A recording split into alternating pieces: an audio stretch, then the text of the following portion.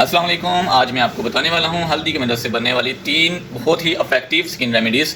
Acne के लिए हमने 2 चुटकी हल्दी को बोल में ऐड करना है, हाफ चम्मच एलोवेरा जेल, हाफ चम्मच शहद और 10 कतरे टी ट्री एसेंशियल ऑयल। चारों चीज़ों को मिक्स करके धुले हुए खुश्क चेहरे के ऊपर रात को सोते वक्त हमने अप्लाई करना है और हाफ आवर तक ऐसे ही लगे रहने देना है। बाद में नीम गर्म पानी से हमने अपने चेहरे को वॉश करके रोज़ वाटर स्प्रे अपने चेहरे पर कर लेना है।